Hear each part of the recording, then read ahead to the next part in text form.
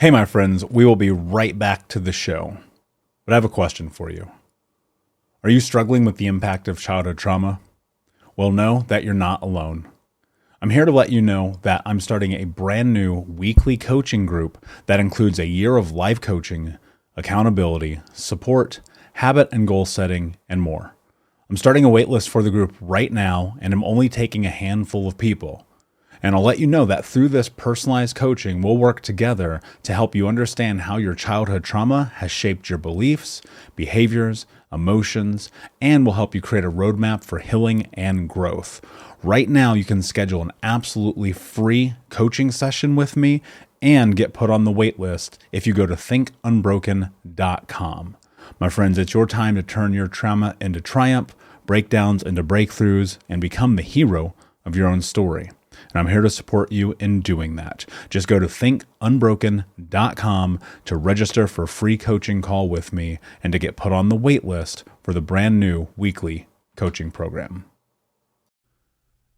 We'll be right back to the show. But before we do, I want to tell you about today's sponsor, factormeals.com, where if you go to factormeals.com/unbroken50 and use the code unbroken50, you can get 50% off your first order. That's factormeals.com/unbroken50. If you're like me and you are a person who is busy trying to create a life, heal, work on their health, wealth, and relationships, and not to mention deal with the day-to-days of normal life, you do not have time to be going to the grocery store and trying to figure out what you're going to cook every single day of the week. In fact, one time I did the math and I realized I was spending over 15 hours a week at the grocery store and cooking. When I added Factor, I got to use that time for myself, for my family, for my friends, for my community, and for my business. And so if you're in the place where you need some more support in the kitchen, head to factormeals.com/unbroken50 and use the code unbroken50 to get 50% off. Do you ever feel like life is a never-ending series of lessons while you try to find purpose, meaning, and answers? I am Vanessa Fontana, the host of Figuring Shit Out, a podcast where we undertake self-help, coming of age, and healing. As I live my 20s in New York City figuring shit out myself, I've realized that if you spend your whole life trying to get your act together, you don't have a life. You have an act. On Figuring Shit Out, every Sunday, you get to normalize the journey of not knowing and be guided into living your life with more intention and ease. Hey, my friends, we will be right back to the show. But I have a question for you. Are you struggling with the impact of childhood trauma? Well, know that you're not alone. I'm here to let you know that I'm starting a brand new weekly coaching group that includes a year of life coaching, accountability, support, habit and goal setting, and more. I'm starting a waitlist for the group right now, and I'm only taking a handful of people. And I'll let you know that through this personalized coaching, we'll work together to help you understand how your childhood trauma has shaped your beliefs, behaviors, emotions, and will help you create a roadmap for healing and growth. Right now, you can schedule an absolutely free coaching session with me and get put on the wait list if you go to thinkunbroken.com.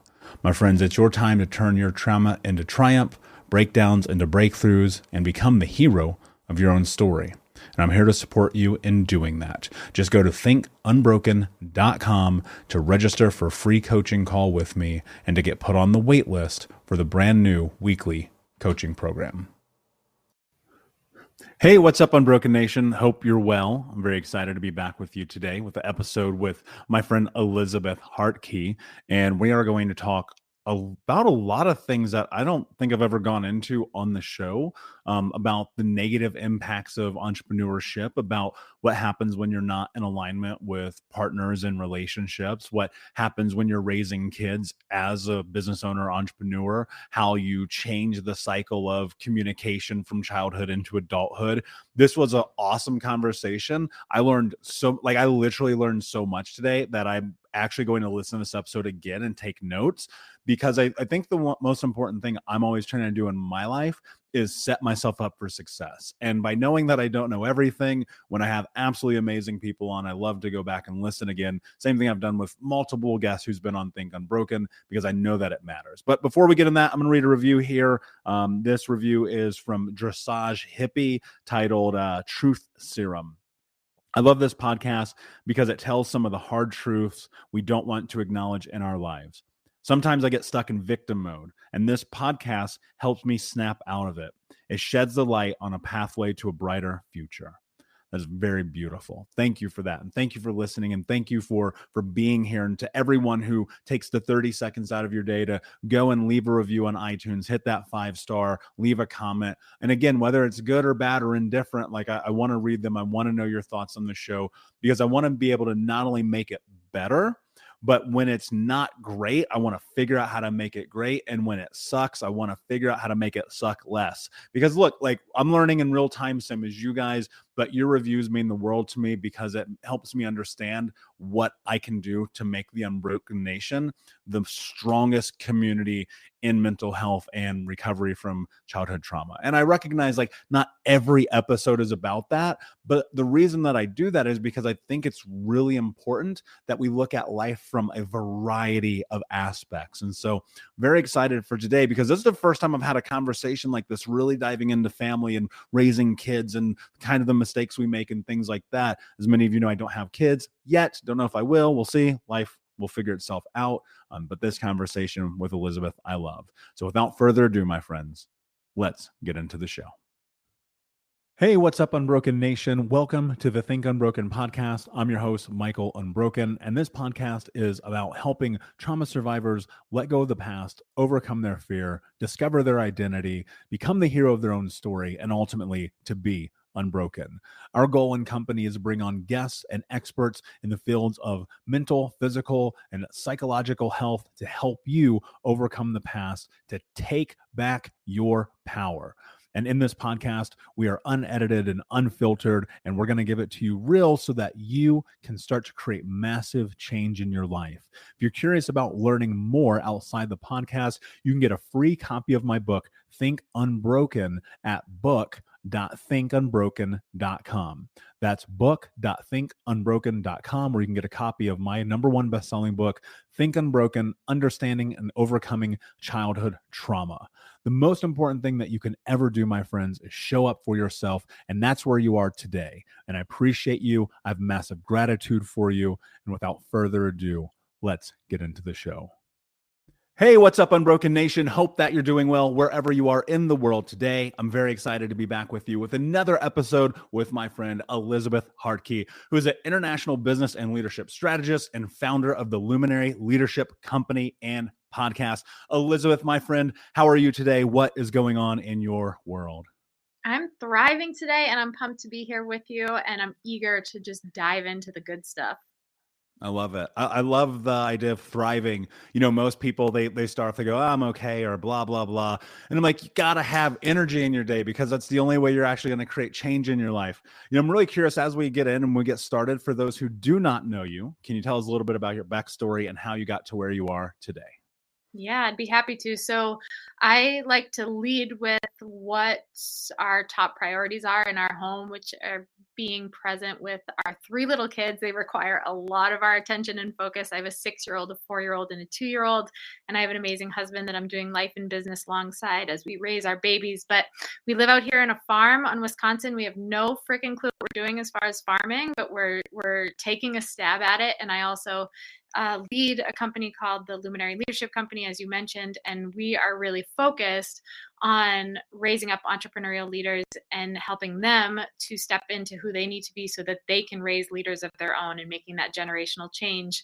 But as far as where things began, I was raised up in entrepreneurship, so I know not all of your listeners are in that space, but I totally took it for granted as a kid, watching both of my parents running their own businesses, my grandparents, my aunts and uncles. So it was just kind of the nature and a way of life for us, having that flexibility in our world. My mom was always at every ball game and making dinner for us and putting us to bed. So I was really blessed in that regard. But I realized as time went on that my mom had this flexibility as an entrepreneur. So it lit this passion in me to want to help entrepreneurs step from flexibility into freedom, which is a lot of what we do in our company, because I have memories being, 4 years old, 5 years old, getting up to go use the bathroom at maybe midnight or 1 a.m. and seeing the dining room light on and my mom's papers strewn across her the table, catching up for that missed time that she put into us as kids throughout the day. So that just lit a fire in me as I got older to want to help people elevate and grow so that they're not building their life around their business, but they're creating a business that really supports their life. So that's my passion. That's what I'm on fire about. I just had someone out here at the farm helping them do that as they welcome their first child into the world. And it's just a gift. It's something that I treasure in everything that I do. I love it. And for myself, I mean, I've been an entrepreneur, I always say, since I was 8 years old. And it comes very naturally to me, but I know for many people it doesn't. And they see this lifestyle or this dream, and I think often it's touted as like the next big thing, like be an entrepreneur. But I'll say this, like, I don't think people understand, first and foremost, until you can get to the point of freedom, which I love. And I think I'd like to dive into that just in general in life. But there are struggles, there is suffering, there is pain, there is failure. Like, I was having a conversation with someone just last night, and I said, look, the truth about entrepreneurship is we fail way more than we succeed, but people generally only see the successes. And so where I'd really like to start off this conversation with you today is like, how do you navigate failure in your life? How do you navigate the hard aspects of raising the 3 kids, running a business with a partner, trying to impact and change the world, give people that freedom? Because I know, I'm going to guess that you fell on the occasion. Yeah, just once in a while or once every hour. I feel like when you choose, it doesn't have to be entrepreneurship. When you choose to pursue what is placed on your heart as a calling or what's next for you, I feel like you are putting a target on your back for welcoming in more sacrifice and challenge and struggle. But it's such a blessing because that's where you're crafted into who you're actually called to be. So if you were to ask me that question, 4 or 5 years ago, if I were being honest, I would tell you how I struggled with failure. I didn't like people knowing when I failed. I wanted to hide it from my team or my family or just the people in my life because it was such a vulnerable thing. And now it's not, I don't want to give this disillusion of, oh yeah, bring on failure. It's such a joyous process. But what I can say is I feel like I've developed the tools and the mindset that when it comes, I understand and I anticipate it. I know that it's a part of the process in parenthood, in marriage, in anything that you're pursuing that's not designed to be perfectly easy. But I also understand that I get to glean wisdom from it, and it's a pretty awesome opportunity for me. I know a lot of people will say things like, it's not happening to you, it's happening for you. And I believe that to be true, but I also believe you have to have the right perspective to really give that to be true. And when I encounter failures, for me, my big way that I've grown over the years is that I no longer am reactive to them. I don't get knee jerky when something happens. I slow down when a failure comes my way, that I can glean that wisdom so that I can see, okay, what's actually happening here? How, from a leadership perspective, whether it's in something that's going on with my kids or a health thing that I'm facing or something in my business, how should I be the version of myself that's going to move through this in the best possible way? And how can I take this new scenario and play offense instead of just being super reactive, playing defense, and not seeing the possibility in that failure or that struggle? I don't know if that makes sense, but that's what comes to mind. I feel like I slow down more when a failure happens so that I can move through it in the best possible way. In a practical way, like, what does that look like? I mean, I imagine you don't have a 5-step process or anything like that, but paint a picture, because I think what happens, and my experience is very similar to yours, or were periods of time in my life where I would make a mistake or I'd fuck up or I'd fail, and I would just be like, A, first and foremost, destroy myself, which is nonsensical. And then B, probably more so, is I would hide it. Like, I would sweep it under the rug and be like, oh no, that didn't happen. It doesn't impact me. It doesn't affect me. So in kind of, I guess, if there is a practical way to divulge this, what does it look like to slow down and process and move through that moment? Yeah. So I'd be lying if I didn't tell you this part. I'm hot-headed by nature. I'm Italian, I'm Arabic, and that's what I witnessed in my life is like something happens and you just got to get that like pissed off energy out. So I allow that to happen. But what's different is I don't keep it and linger in it and dwell in it like I used to. It's like part of my process. And I also don't take it out on anybody. So I remember being in, the earlier stages of business, or even when we first started having kids. And it was like something would happen. And for like the next 3 days, my husband had to suffer the consequences of me being in a mood because I just had to walk through this failure. Now it's on my own time. All right, if I'm pissed off, I'm going to yell about it. I'm going to scream about it. I'm going to get that energy physically out of my body so that it's not just lingering and kind of trapping me in this negative headspace. But then what I have to do is not go into fix mode immediately, because that's where I used to go wrong. Is like you said, I don't have a 5-step process, but I'm just, as you're asking me, I'm thinking through, okay, what do you do now that's different than how it used to be? So when we encounter something, I want to back up from the problem, and I want to focus on the vision, or the outcome that I want has to be bigger than the problem. So I used to focus on the problem. Now I focus on that vision of what's on the other side of it. And then I just think through, okay, what's going to get me there and what is not going to get me there? What isn't serving me? So staying mad or staying stressed or trying to hide it from everybody or not calling in help when I need it, that doesn't serve me in the process to getting to the other side of this thing. And I just look at it really strategically. Even if it's not a business problem, I still look at problems in my home life as kind of strategic. All right, what do I need to get to this? What do I need to leave behind? What's not serving me in this? And then sometimes if it's really complicated or it's something really stressful, I'm a very visual thinker. So I have to put pen to paper, almost like, okay, what is it I need to work through here?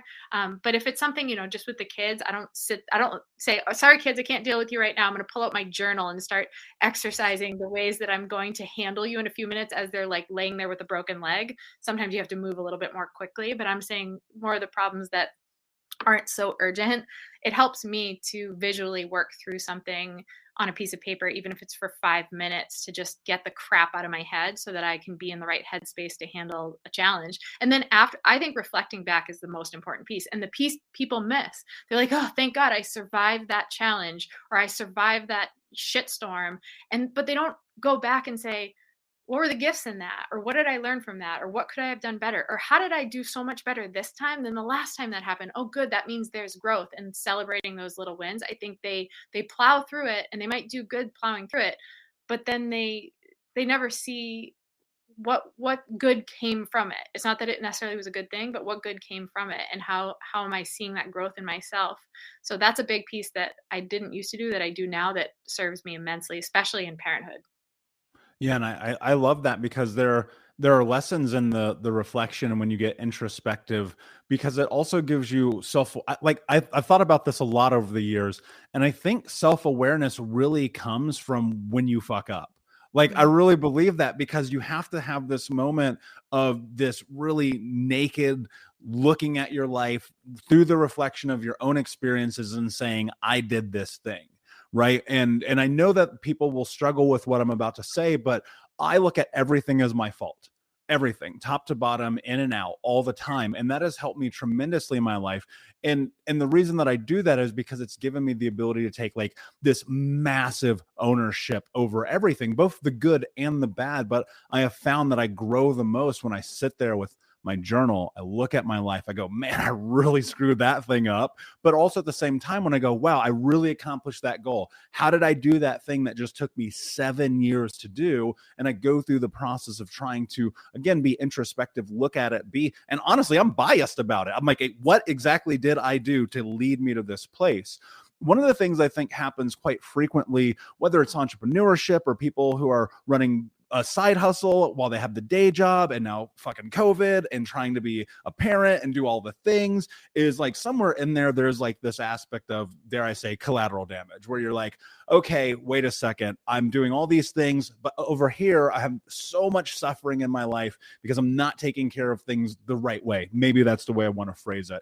How do you incorporate your family, your partner, your community, your values? Like, how do you put all of that into your life mission so that you don't have outliers and people in your life who are like, yo, you're leaving me hanging, I feel hurt over here?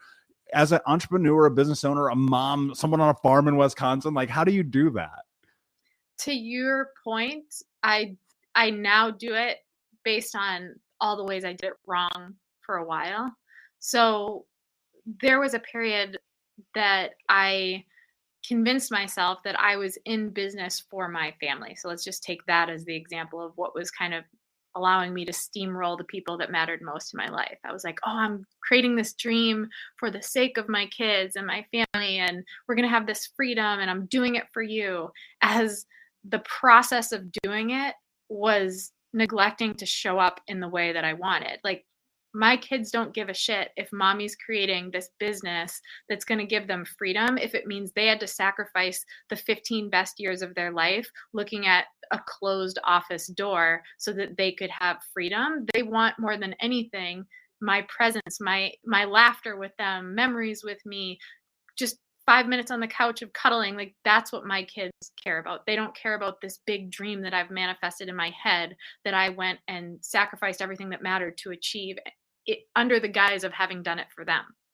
So in the early stages, thankfully I had people that loved me, that were holding me accountable to what I said I wanted and willing to call me out when I wasn't living in alignment with those values.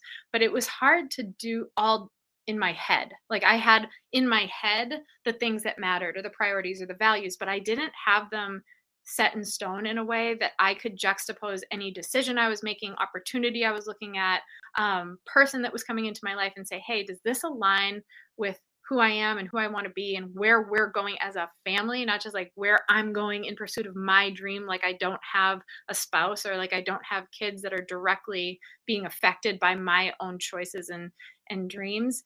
So my husband and I sat with this and we're like, why do we keep saying these things matter, but living differently in the granular of the day to day? Because a lot of people live up here. I'm a big picture thinker. I'm not a super detail person. I live in the 30,000 foot view of things, which means I don't pay attention all the time to what the hours of my day look like. But life is a culmination of those hours. It's not just some destination you get to in 10 years from hard work. So we actually sat down and unknowingly created a process for our own family to stay accountable to what matters and to not steamroll the things and people that we want to honor most. So it started by kind of coming up with our values, but that didn't feel deep enough for us. We needed what we now call a true north. We needed something that was kind of this guiding star. And then we actually put pen to paper and we started coming up with pages and pages. This is over the series, a long period of time. We started coming up with, okay, what are our values and how do we define them as a family? How do we know when we're living by them? How do we know when we're dishonoring them? Putting definition and meaning and examples to it. And then we said, okay, well, what are our priorities in this season of life? And how do we map that out and ensure that there's room for growth and evolution as our kids grow up, or as we change, or as maybe we want to work less as we get older, or our health needs more of our energy, or whatever it might be. So we came up with this whole process of developing our true north. And now it ended up being, I work with a lot of 6 and high 7-figure entrepreneurs who, by all metrics that the world seems to value, are crushing it. But if you were to ask them how they feel, they're suffocating. Like, you talk about mental health and things like they are not happy. They're not fulfilled. They don't feel in alignment with their purpose despite having achieved so much. So we use this tool to support them in saying, all right, you got to come back to ground level. You're living life in the trenches. You got to make sure that the actions you're taking and the things that you're doing and the choices you're making and the things you're saying yes or no to line up with who you want to be. And that's going to be found in the day to day. It's not going to be in this, like, what am I doing this year? It's what am I choosing this minute?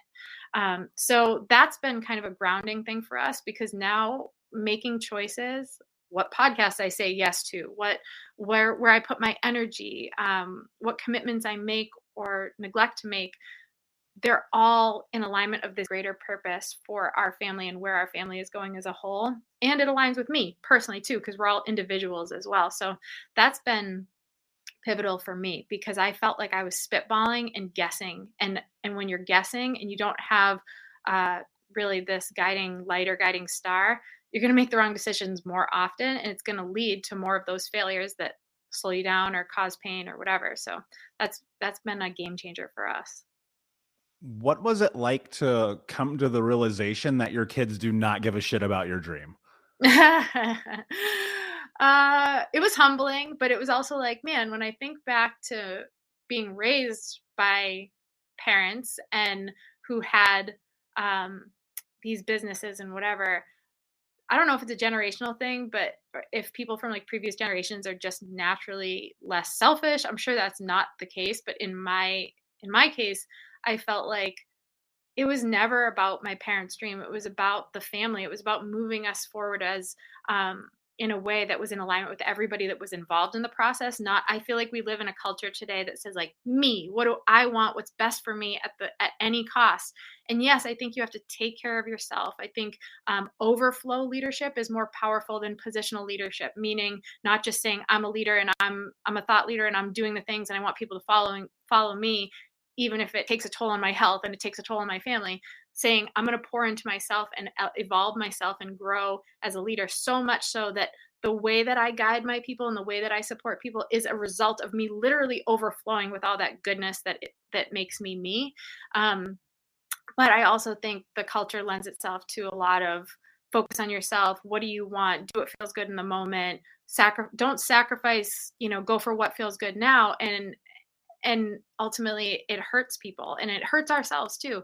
So when Mike, coming to that realization of like, oh, my 6-year-old doesn't care that mommy has this financial goal or has a goal to write this book or whatever. I don't know. It brought me back down to reality. It like put boots on the ground. Yeah, those things are aspirational. I think they're wonderful and I have every right to go for them. But maybe I'll change the timeline of how I go for them. Or maybe I won't follow the industry standard and try to do it like this person who main goal is to get on a bestseller list. Maybe mine is going to look different in alignment with the people that matter most to me or the memories that I want to create or the moments as to how I want to live. And it was a gift to me ultimately. I feel like it taught me a lot and now I make choices based on that reality. Maybe they'll care more as they get a little bit older, but right now my kids are pretty dependent ages. Yeah. And it's really interesting because I like reflecting on my entrepreneurial journey, reflecting on building Think Unbroken, the multiple businesses I run, all the things that I do. The one thing that I've recognized probably most detrimental in this process was not being in alignment with the people who were most important to me, sacrificing relationships, sacrificing friendships, not being empathetic. My North Star being like, I'm going to move towards this no matter what. And sometimes people are going to get destroyed in the process. And I think, unfortunately, that's something that we learn as you are on this journey.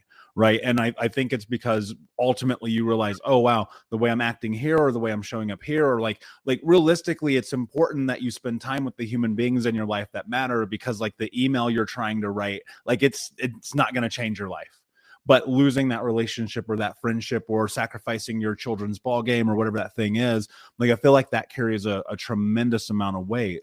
What I'm curious about is, so sitting down, looking at your life, having this conversation with your husband, trying to get an alignment, build values around who it is that you are. It's really two-part question. One, was there a catalyst that led to that as opposed to like light bulb moment? And two, when you did that, because I want to try to make it practical for people, because I know that because we do live in such a me first culture, it feels almost like an imposition to try to sit down and have that kind of conversation with someone.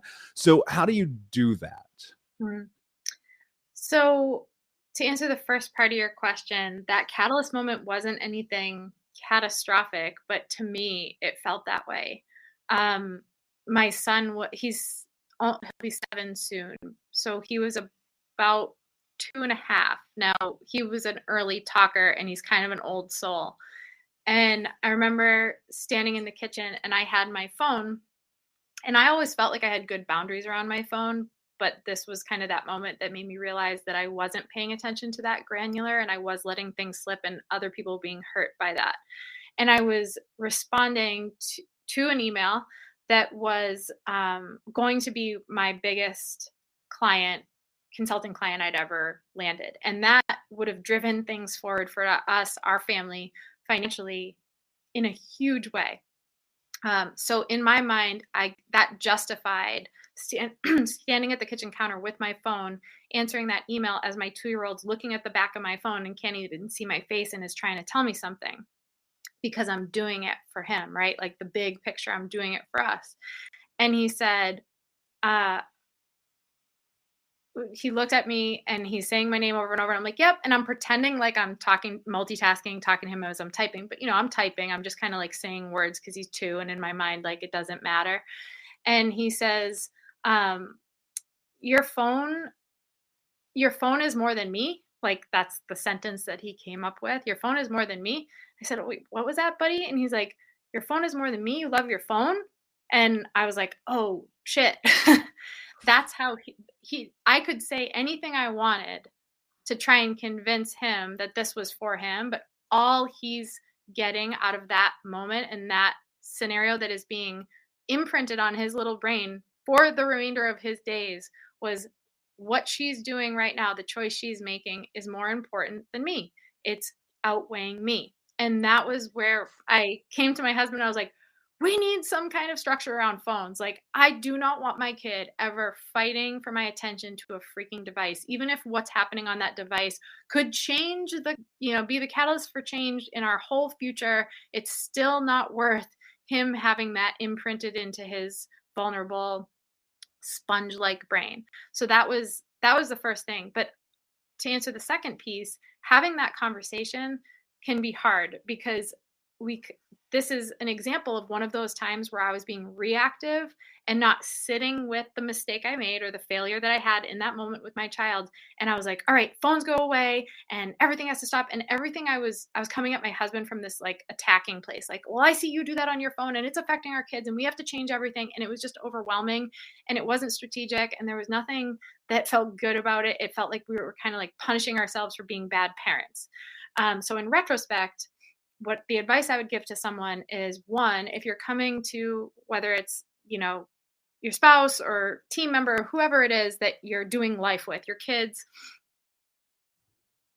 We'll be right back, but I wanted to take a quick moment to tell you about the Think Unbroken 6-week trauma healing coaching program. If you go to coaching.thinkunbroken.com, that's coaching.thinkunbroken.com, you can sign up for the 6-week daily Think Unbroken Trauma Healing Coaching Program. In this program, we're going to go over the 6 principles of healing trauma, adaptation, understanding the impacts of trauma, how to become the hero of your own story, what to do next, and ultimately what it means to be unbroken. For more information about this 6-week coaching program, which you can download as an app on your phone and take with you everywhere, no matter where you are in the world, it's interactive. It's built about giving you practical tools that you can use in real time. And if you're ready for what's next in your life, go to coaching.thinkunbroken.com. Again, that's coaching.thinkunbroken.com. Now let's get back to the show. Don't come at it. Don't come at it from a really accusatory place. Don't come at it from a spastic reactionary place. Sit down and talk about what you want. Paint the picture of the vision of the life you want to live, and then identify the things that are holding you back from that vision. And for us, in that vision, we didn't see us ignoring our kids. We didn't see us choosing our phones without any healthy boundaries around them over living life together. In fact, we constantly talked about how we were building this life to be present, whatever, but we weren't living it. So we just dialoguing and opening up communication is so critical, but not doing it from this reactionary accusatory place, and just chipping away at it became aspirational instead of a punishment. It was like, okay, what do we want? And what do we need to do and develop in order to get there? Not what have you done wrong? And how are all the ways you've done it wrong? Now get rid of all of that and live this really, this life that's super structured and everything's restricted. No, that doesn't feel good either. And it's not sustainable. People try that and then they end up falling back on old habits. So it was definitely a process, but if I had done it again now, I would have been less reactive and a little bit more communicative and more visionary, because I'm such an aspirational person. You know how there are 2 kinds of marketing? It's like you can tell people how their lives are going to fall apart if they don't buy this product, and then you can paint a picture of the vision of how awesome it could be if they had that product. I gravitate way more towards the aspirational, but I was living my life trying to market this concept to my husband from the like, it's doomsday if we don't do this. My son's going to be in therapy by the time he's 5 years old for the rest of his life because we've screwed him up. So I had to shift gears a little bit. Yeah, and I think again that's a process of doing it and going through and having the conversations and recognizing, like, I think especially in partnerships, alignment is so important, and we get lost in that very easily. But then what happens is we'll have a conversation. This is where I want to go with this. We'll see how if you'll go with me. We'll Okay. have a conversation. We'll be like, yes, this is the thing we want to do. We'll write down all the shit on a wall. We'll put on the fucking whiteboard. Like, this is it. And then it's tomorrow and nothing changes.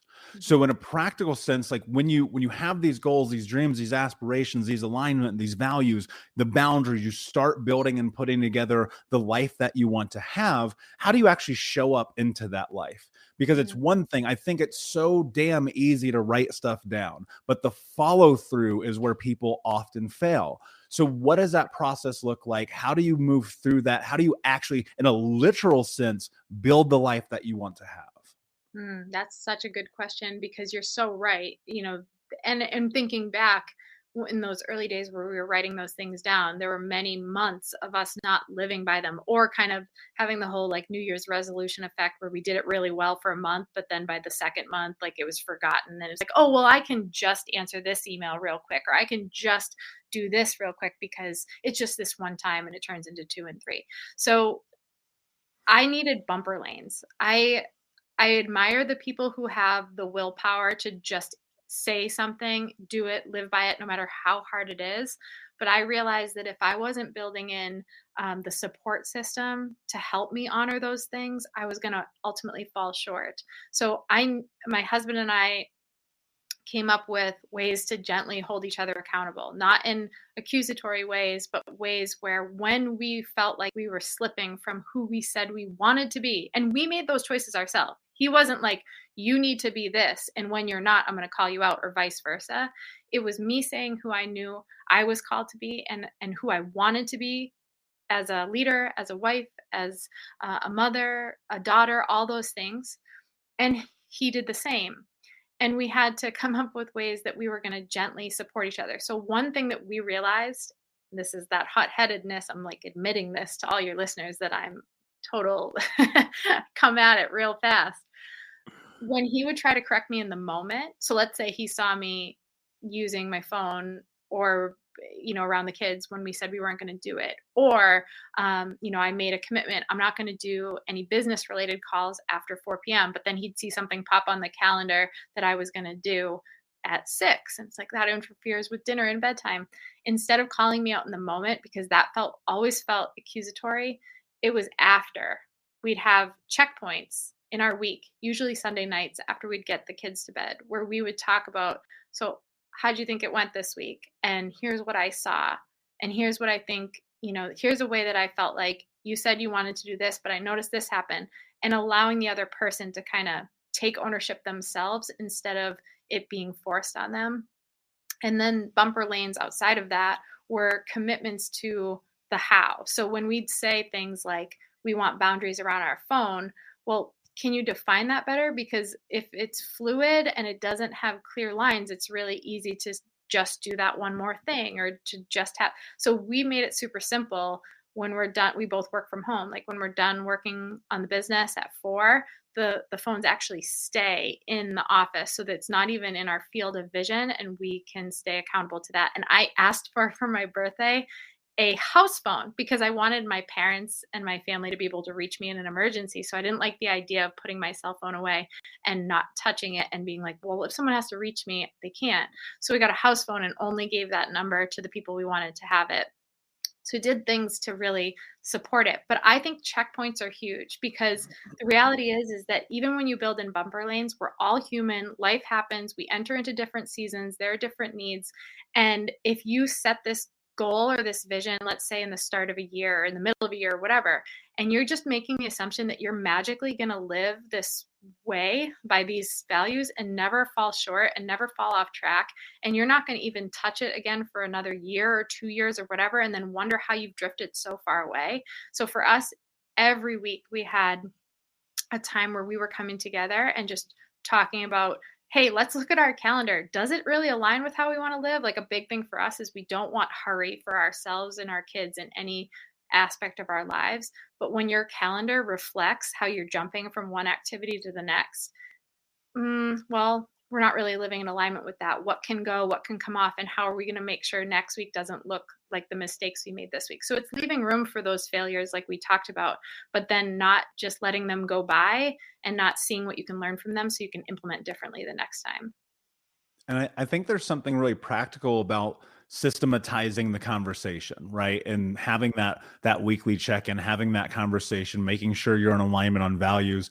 But I think one of the things that happens quite often, I know that from firsthand experience, especially in relationships, is it feels like it's a simultaneous like Prost for like who's going to be the leader in this relationship, right? Who's going to be the one to take the charge? How do you do that? And I've come to find actually it really has to be symbiotic. Like you both have to be willing to show up in the moments day to day. But in the beginning, like, is there kind of this sway back and forth? Is there a way to step into it? Like for people listening right now, and for me, because I'm listening, who are like, okay, wait a second, I'm in this relationship or I'm in this partnership or I'm in this thing. We got the kids, we got the sports, we got the whole nine. We want the life. We want to do the check-ins. I feel like I should do this, but they feel like they should do that. And because that happens, we never do it. Like, how do you step into leadership so that not only it reflects the life that you want to have, but you also impact your children and the people around you? Yeah, that's something we struggled with a lot. Both my husband and I are alpha type personalities. We're very different personalities, but we both like to lead. We've taken a bajillion personality tests, and although we differ in our passions and our strengths, leadership is always a front facer. So we used to butt heads. We'd go at it, and he'd say something, and it was almost like that scene in Bridesmaids where the two bridesmaids keep taking the mic from each other because they want to say the last word. And that's kind of how our relationship felt. He would give input or a thought on something, and I'd want to one up him. And then I'd one up him, and he'd be like, yeah, but I think this. So now this is not an easy thing for me because I come from a family of really loud Italians. So everybody just talks over each other naturally. If you haven't gotten through, you're just not talking loud enough, and it's your fault. And that's just how the nature of it. And he comes from like a really soft spoken family that's really respectful and actually waits till someone finishes their sentence. What a novel idea. So that was something that we had to bring into our marriage. I had to compromise on my want and desire to be more like my upbringing of, no, I'm going to interject when I want to interject. And we actually gave each other time to speak. And there wasn't, in that conversation, we intentionally said no rebuttals. So if he was bringing something to the table to want to lead us in the direction that we've agreed on, this is why that true north is so critical, because if you guys aren't on the same page as to where you're going, you'll go back and forth all day. So once we had that foundation and we agreed, this is what we want for our family and for our lives, and this is what it looks like to honor that. If he was going to bring something to the table, he'd bring it to the table and I would absorb it and listen.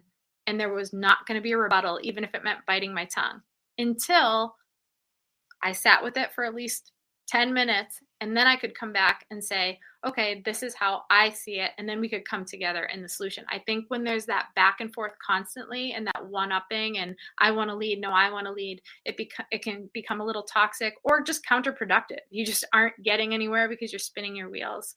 So that was a big piece. It was like learning to communicate. You'd never think that would be something in your 30s that you have to figure out how to do. But I was like, man, we both bring our childhoods into how we learn to communicate. And we also both want to lead. But now the other thing is really leveraging each other's strengths.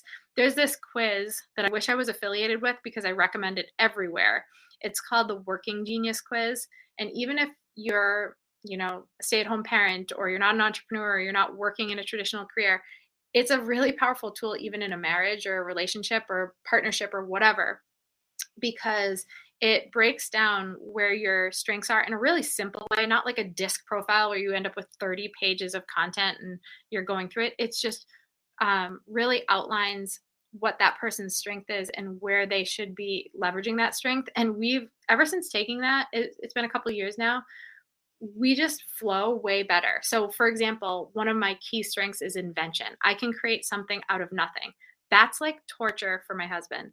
But one of his strengths is he's a closer. He wants to like bring whatever you say you're going to do home. That's my worst nightmare. I'm an inventor. So now instead of us both trying to invent and close on everything, I'll often we'll come together and be like, oh, we need to do this. And I'll be like, all right, let me go to the drawing board. And then I'll bring it to you. And he helps me figure out how we breathe life into that and actually make sure that it happens. Because I'll come up with 100 ideas a day that never get completed. So leveraging each other's strengths and really respecting each other for strengths. Because sometimes our partner's biggest strength is the thing that bothers us the most about them until we understand it's a strength. And then we start to honor it. And we're like, man, life's a lot easier because they have this strength that I didn't have. And now I'm actually leveraging it for good instead of bitching about the fact that they do something different than me. And I want them to do it my way. Yeah, that's called letting go.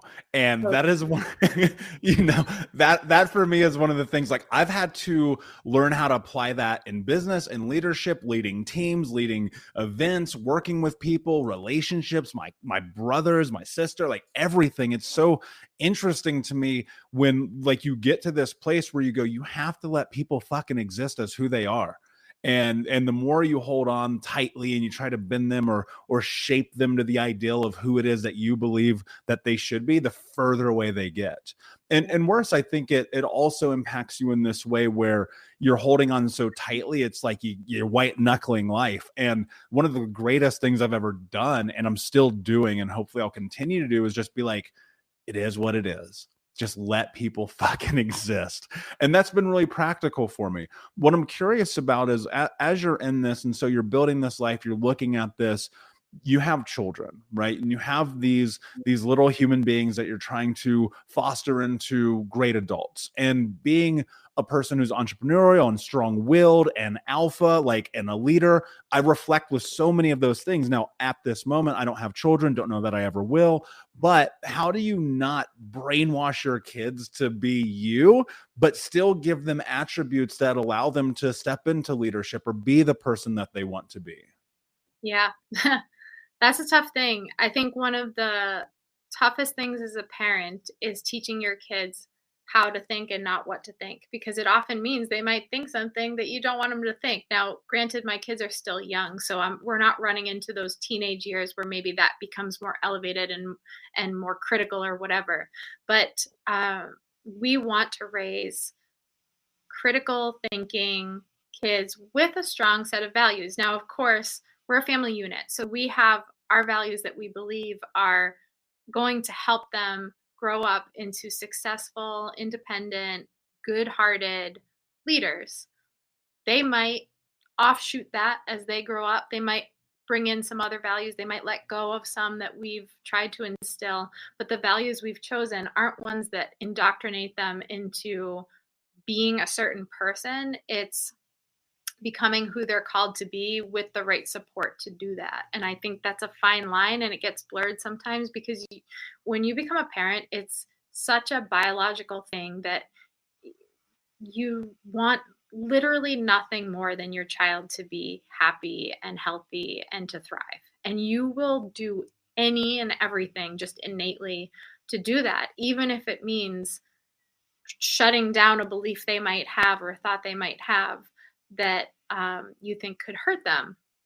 What I'm learning is, even my kids being so young, they are, because of how we're raising them to ask questions, which I will tell you sets you up for far harder parenthood. When you teach your kid to be a critical thinker, they question every effing thing that you do. And you're like, why the fuck did I do that? Why didn't I tell them to be little minions that follow everything I tell them?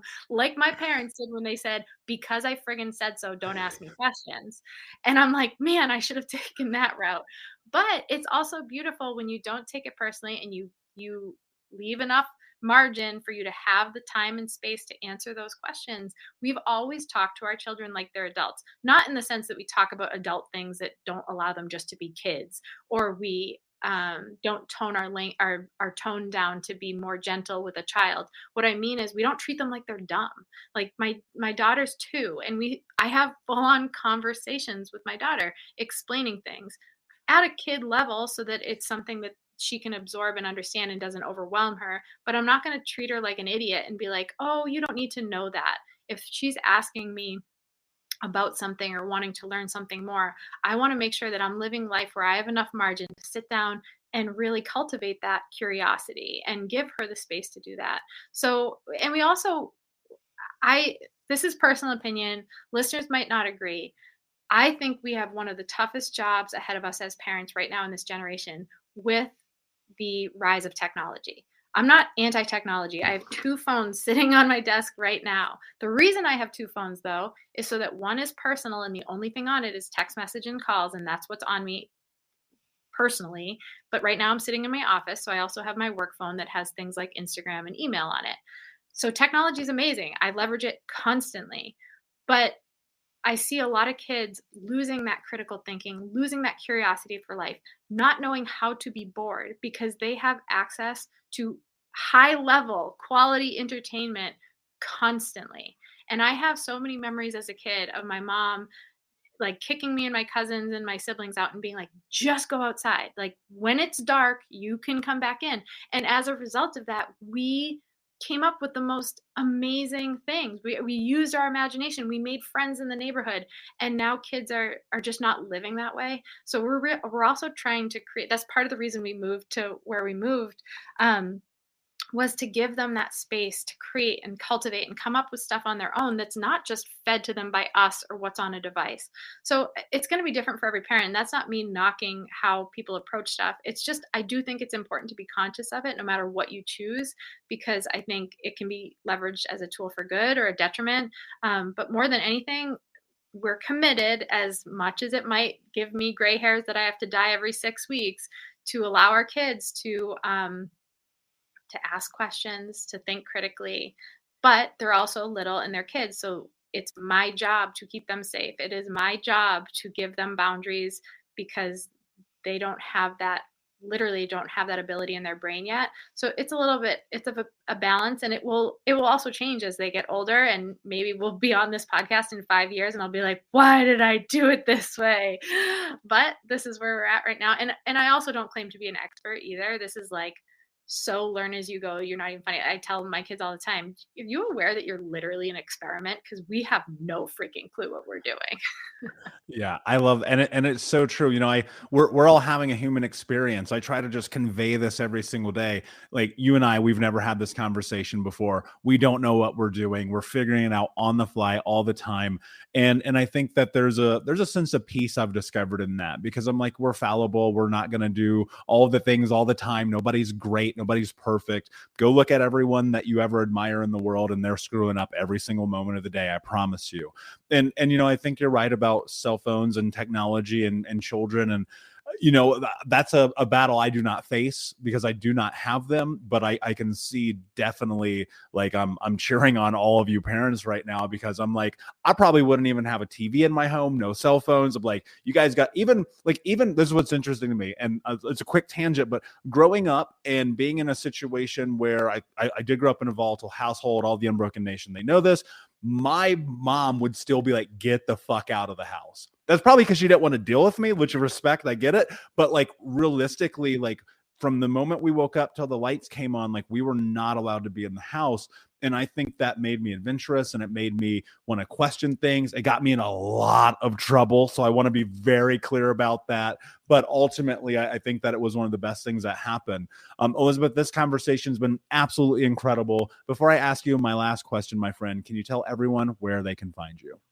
Yeah, the best place to connect, because this will keep us connected going forward. If they want to utilize that free workbook I talked about for True North, they can go to luminaryleadershipco.com/True North, and that will put us in connection. But I'm also over on Instagram at Eliz Hartke, Hartke, and I actually really do like connecting with new people. I know a lot of people say that, but I ask for grace because I don't live on my phone and I do put it away. So I usually take a little bit longer to respond, but it's such a cool opportunity to get to come into other people's amazing communities and then meet all these new people. So don't be afraid to reach out and connect.